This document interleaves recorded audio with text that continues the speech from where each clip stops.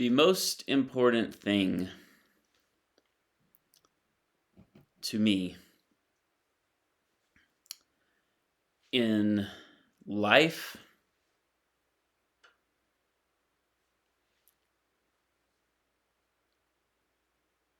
both my day to day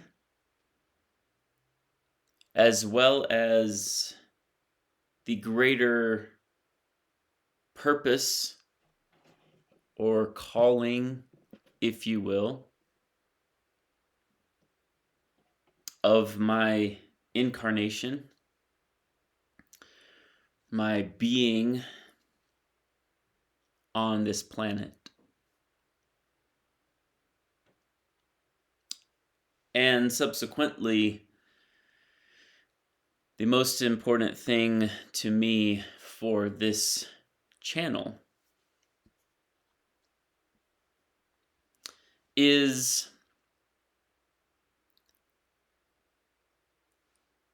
the deeper spiritual or interior work, process, journey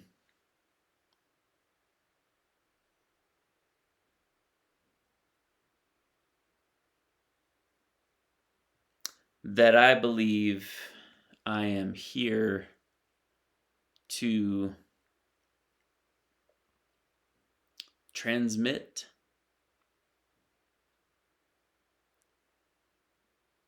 convey, contribute to the collective consciousness.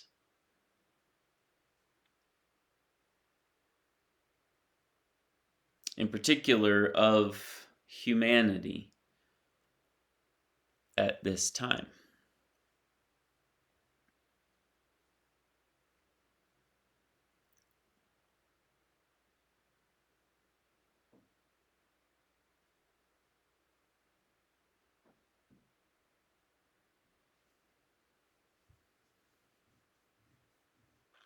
I have rebooted, if you will, onto this new platform right now in the context of the neurodivergent / autistic conversation. Not only, as I've said, to offer my perspective, my experience,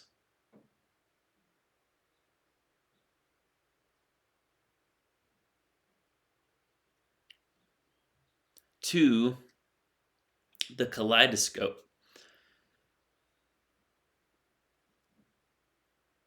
and to all of the other beautiful, perfect, insightful voices that have already been out there doing that.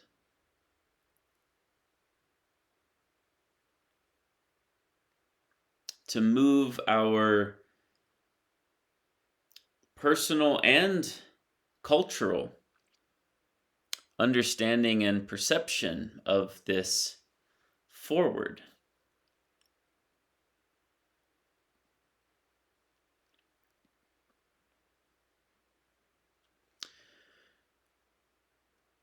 But also because it struck me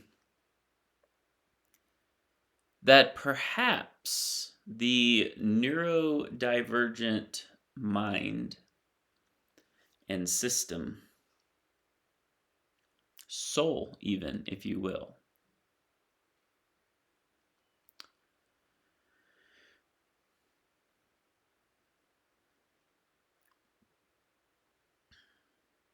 is primed and wired in a unique way And when I say that, I don't mean unique as better than, but unique as particular, in a particularly unique way. To, in fact, awaken to, bring online, and focus in.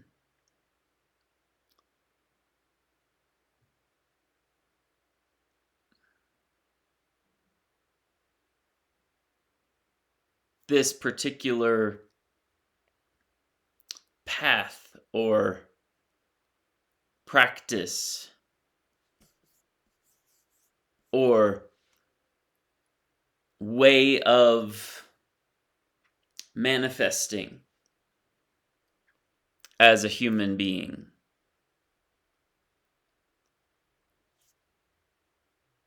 And specifically, in response to and relation to the world we now find ourselves in. I believe the interior operating system, the processor that is neurodivergent, is in fact already primed to be sensitive to the subtle aspects of the spiritual realm and even in tune to the interior landscape of the mind. Because we've been living in and living with and dealing with a different way than most of the peers we grew up with, most of the ways we grew up being taught and conditioned, and are therefore already quite prone to and able to have a self-awareness and even autonomy and self-responsibility. But just because we are primed and wired and prone to this doesn't mean we've cultivated it. In fact, sometimes we can be in a quite disorderly and pathological place on the continuum. And by the way, as I've said, this is admittedly a raw and rough and mostly unedited sketch pad, if you will, where I want to provide and also receive feedback, questions,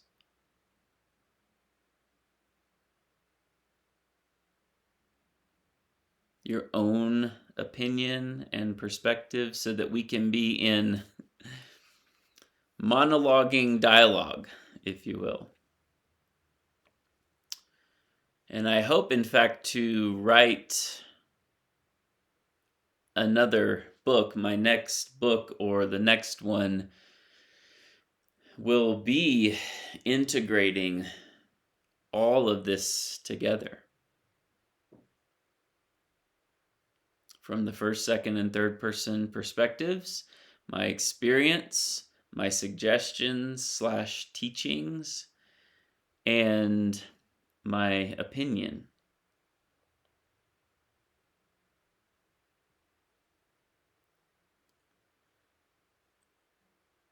So, previously, I was real time working out on the recording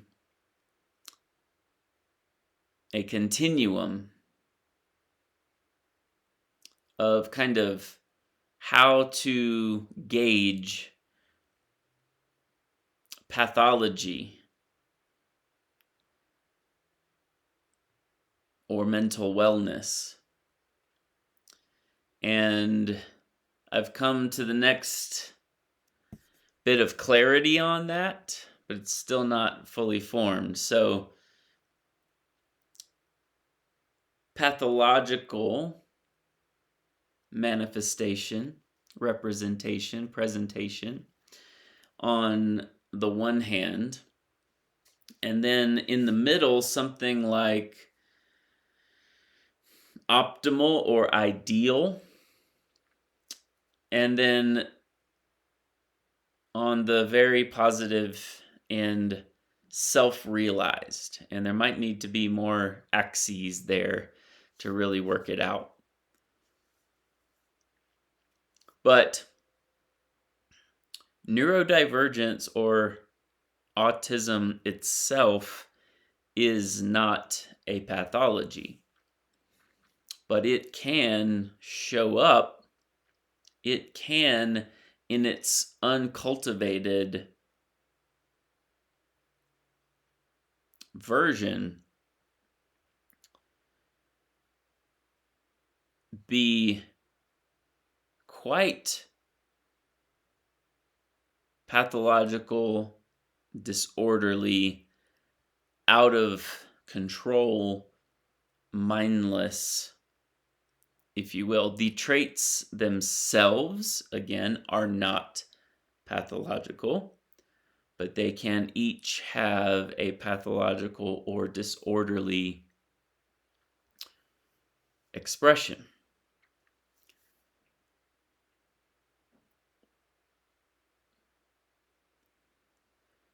The invitation through deep interior process is to move those pathological versions or disorderly versions into optimal or ideal versions.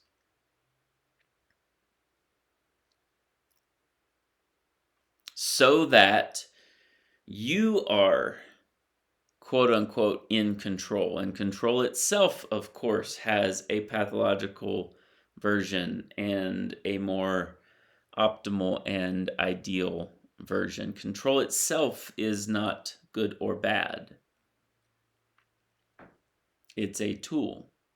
It's a mode of consciousness. It's an action that you can use. How and when and why it's being used determines where it is on the continuum of pathology.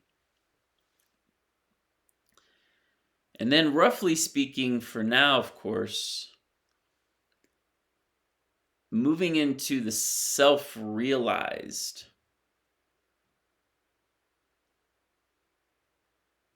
expression, manifestation, version of yourself would be to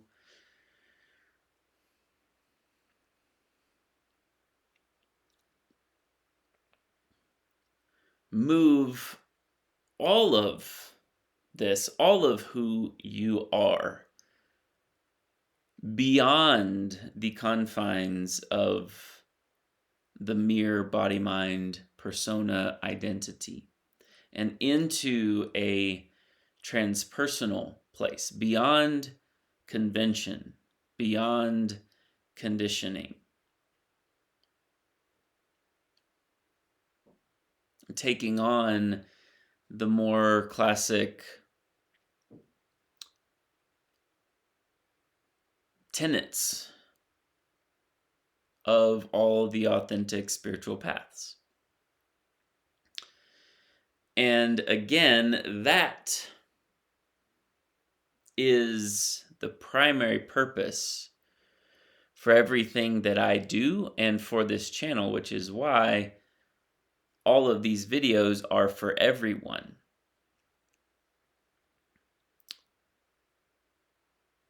And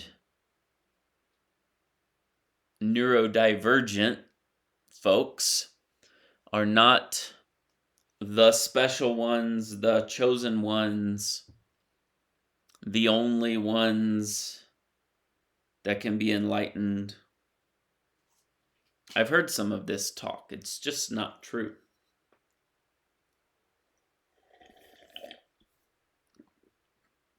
Or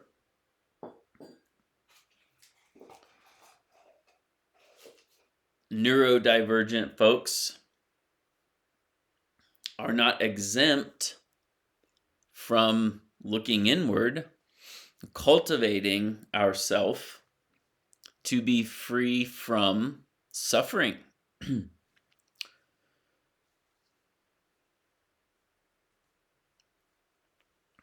To not hurt or harm ourselves or others, to clear up and heal pathology and disorder. I will do another or some other videos later on more accepted mental disorder, mental illness, and my perspective on those as well. If it's possible for those also to be transformed and self-realized into their highest form, or if they are always disorderly, and what's the difference?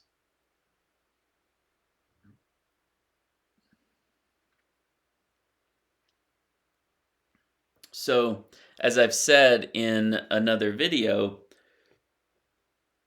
the autistic system, I believe, is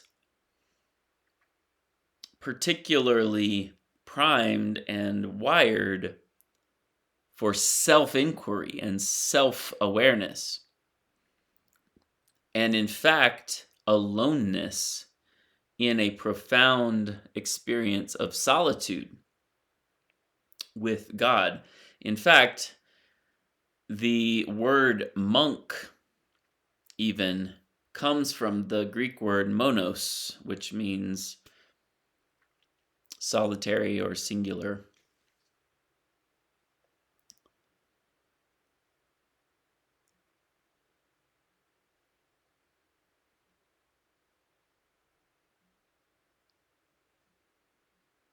And I'll go down that road another time of explaining and telling and sharing my predisposition for the monastic life, my desire for it, and even how I'm living it now. But on the pathological end of the continuum, perhaps this stereotype that was put on autistic people, autistic kids, hence the name, as being self-absorbed, itself is not a good or bad, positive or negative, right or wrong term.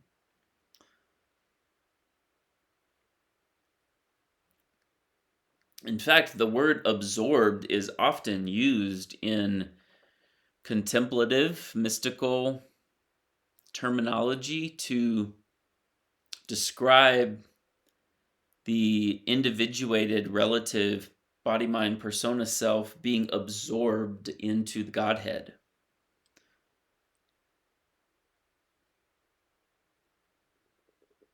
In ecstatic union or oneness.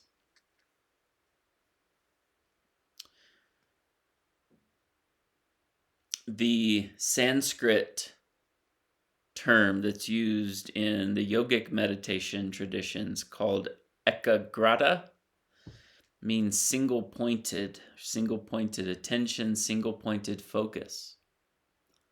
Does that not sound like an ability that the autistic mind or brain is already able to do, to be absorbed in the moment?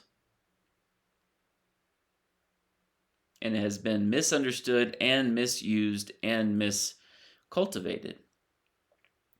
Now, I'm not saying that all autistic people have to be interested in spirituality and spiritual work, deep inner evolution, transformation of consciousness work. And definitely that it doesn't have to be your special interest. For me, as a soul, I believe I came here already with that mission, if you will.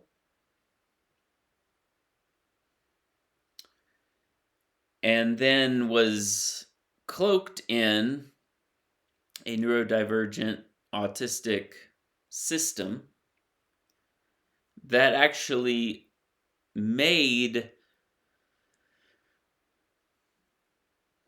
the requirements of dedication and commitment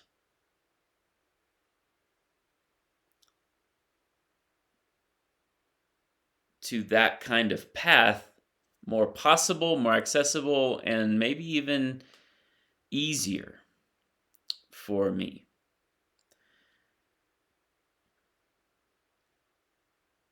Any kind of hobby or lifestyle or musical instrument or sport, whatever you like, that you want to be really good at, you have to practice and give a lot of your time, effort, and energy to it, of course. But interestingly enough and ironically, built into the spiritual arena of any sort is the understanding not only that it's the most important, valuable, worthwhile, rewarding pursuit that anyone could possibly give themselves to, and that in order to receive the full benefit, if you will, of it, and these are very brute, blunt, colloquial terms here. I can sophisticate and refine them as we go. That you must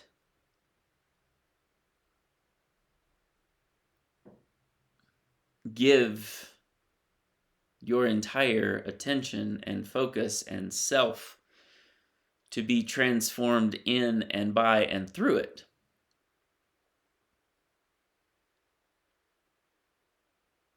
And that's what I have done. And perhaps the convergence of my soul, my system,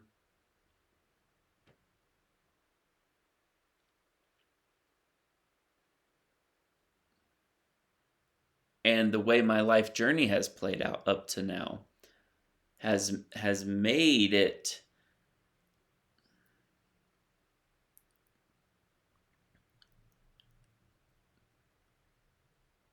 such that I can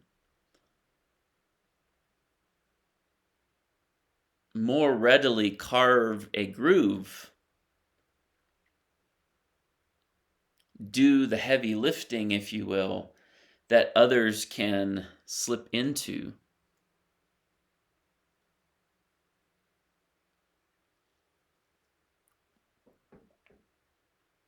as a morphic field of resonance.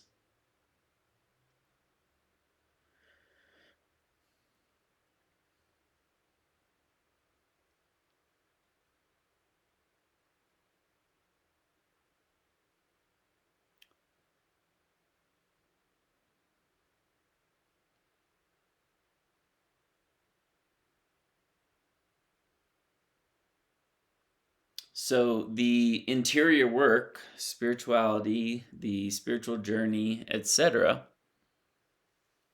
hits, if you will, each system or neurotype differently.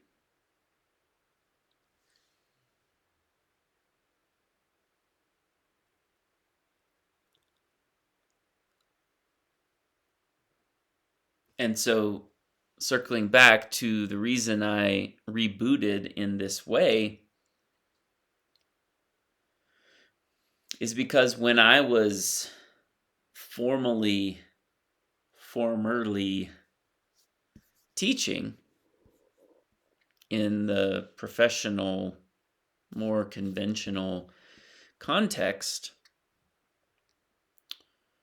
one, it was mostly before I discovered neurodivergence and autism in myself.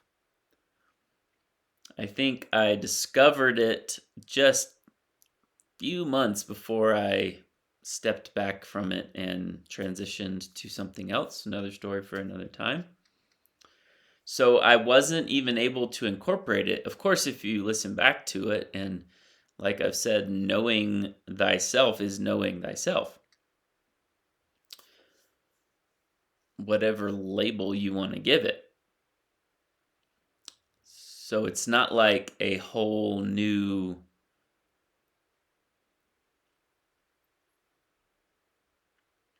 load of self-awareness came, but a new lens to see through, some new categories and reference points to use. And also, while I already had an understanding of various stages of consciousness or interior development, as well as different personality types, and I would teach according to where various students were at, knowing there was a, no pun intended, spectrum of humanity and different types, learning styles, etc.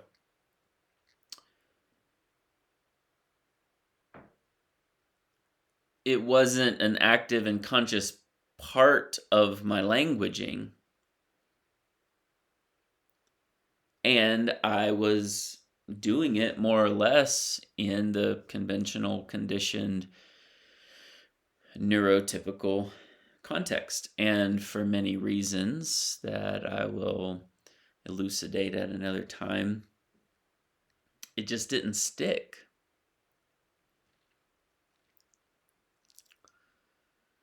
It just didn't stick.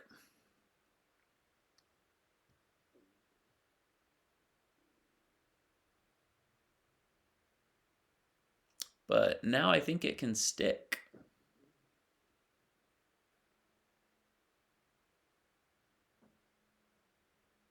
I previously had more of a hold also on not spreading it too far and wide publicly, because I have a strong and keen sense of responsibility and not wanting it to get into the wrong ego hands or be used or turned into a pathological manifestation, because it is very high voltage information and will and can be confiscated or hijacked by the ego, the pain body, the devil, quote unquote. And so I wanted to keep it close with those that I was working with. It never had or has or ever will have anything to do with money, popularity, or even cultish control. But I have honored the teacher-student, more analog kind of relationship and boundary, if you will. But I'm loosening that grip a little bit because I'm feeling called to enter this realm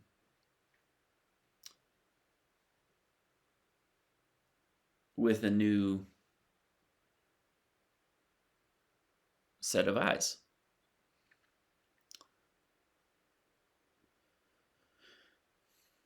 And a few more years of living and thinking and processing and contemplating and practicing and integrating. And a whole new audience and a whole new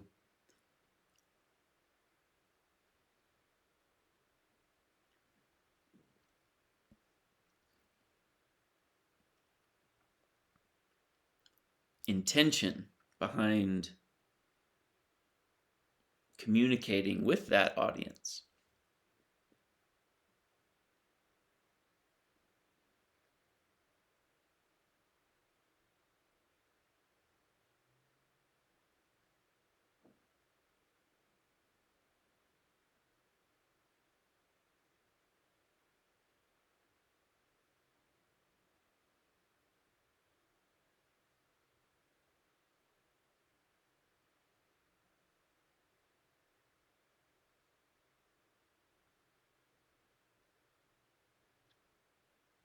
And so, what's most important to me is the inner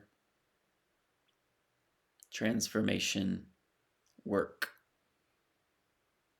that I live by and deliver. It's a very intriguing and alive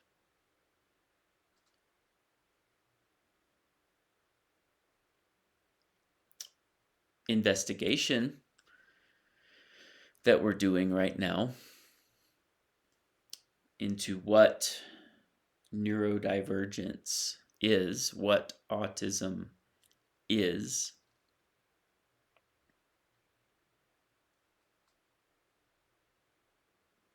But I don't have dogmatic beliefs around that.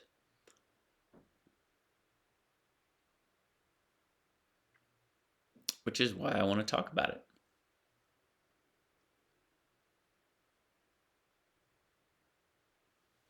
Throw some thoughts out there and see what happens.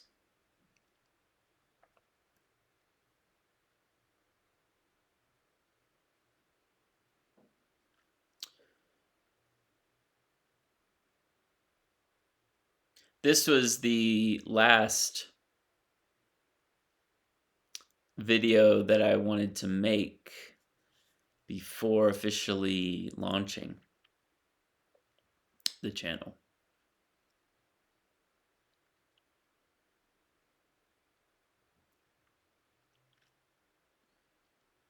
And I felt it was important to kind of conclude the first sequence of videos. My initial introduction and overview before I start hearing from you in comments and on my Facebook page, which is Kalyana Center, by the way. I had an old one called Kalyana Center of Consciousness. I think that one still shows up, but that is not the one. It has like 0 followers and not a picture and anything like that. So Kalyana Center, currently at least the thumbnail, photo, background, whatever, looks similar to the YouTube one. So look for that one.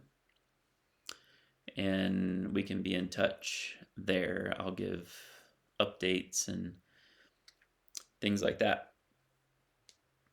And while I'm not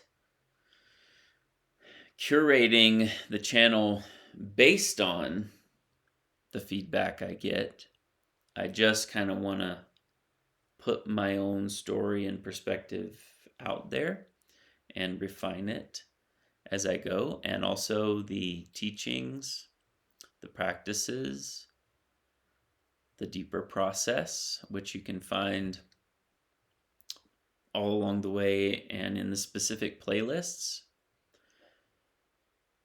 But at the same time, I'm ready now to put out what I have and then see what comes back based on, or rather see what comes back and then determine from there kind of what people are interested in, what people are thinking, what you want to know more about, hear more about. And also I'm doing this unreservedly and unapologetically my way. When I was teaching before and attempting or experimenting in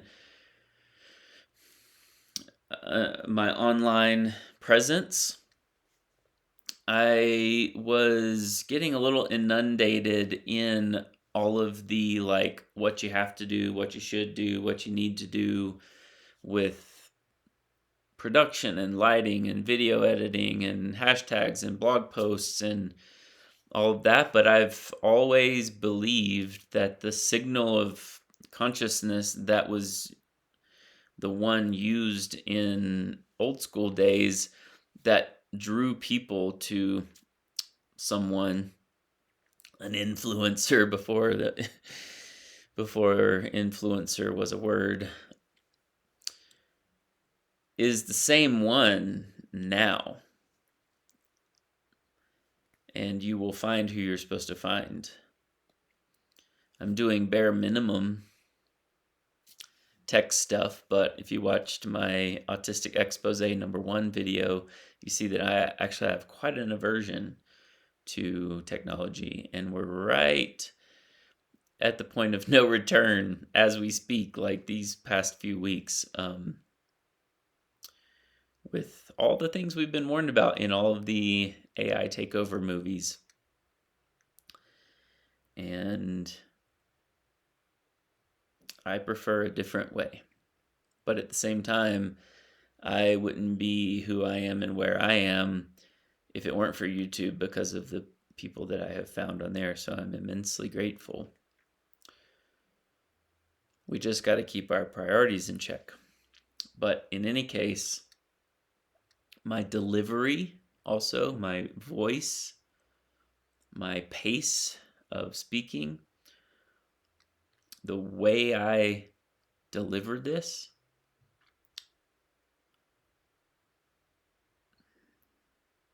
was not received before. But the good thing is I have all of my videos still, all of my writings, and gonna do more writing. And I'm gonna do it the way that's most natural to me. Now understanding that I am autistic, and that comes with its own way of being and communicating and relating, and that in fact, if you are an autistic person living in an optimal and ideal or self-realized way, then you will receive, I think, and hear and be able to focus on and commit to and dedicate to what I'm saying and understand it the right way and understand me the right way, the way I intend it, the way I'm hopeful, the way I've always wanted.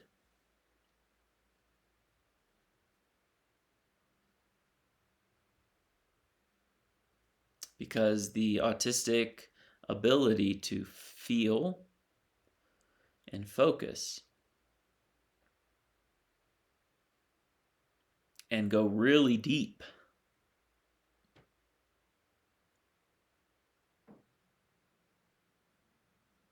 and to respond with enthusiasm and excitement and authenticity, and not just pre-programmed games.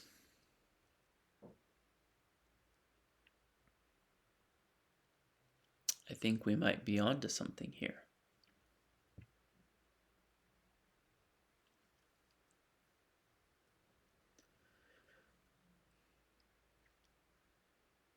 I look forward to engaging on the channel, on the Facebook page, and see where it naturally goes from there.